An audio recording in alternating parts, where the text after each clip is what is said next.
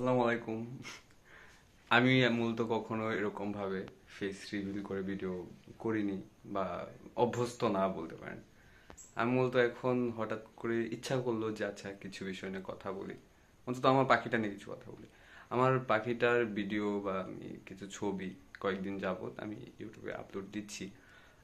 যাই হোক, মোটামুটি রেসপন্স পাইছি। কিছু ভিডিওতে দেখা যায় যে 40 বা 45, অনলি অনলি 45 বা 40 জনের মতো ভিউ হয়েছে। তো যে আমার চ্যানেলটা খুব নতুন একটা, খুবই নতুন।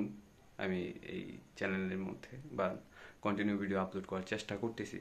তো আমার পাখিটার বিষয় নিয়ে যা বলতে চাইছিলাম, আমার পাখিটার বয়স হচ্ছে আপনার 6 মাস।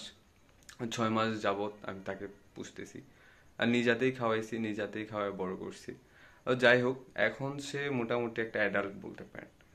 হ্যাঁ, কারণ সে শীষ দিতে পারে এবং কথা বলা ট্রাই করে। তার সামনে যখন কথা বলি, সে আমার কথাগুলো খুব মনোযোগ দিয়ে শোনে and আমার কথার সাথে তাল মিলিয়ে সেও মানে ঠোঁট নাড়ায় বা কথা বলা ট্রাই করে। যাই হোক, তার বয়স খুব বেশি যে এরকমও না, খুব ভালোভাবে কথা বলতে পারে বিষয়টা এরকমও না। তার জন্য দোয়া করবেন, সে যেন অনেকদিন বাঁচতে পারে, অনেকদিন থাকতে পারে আমার সাথে।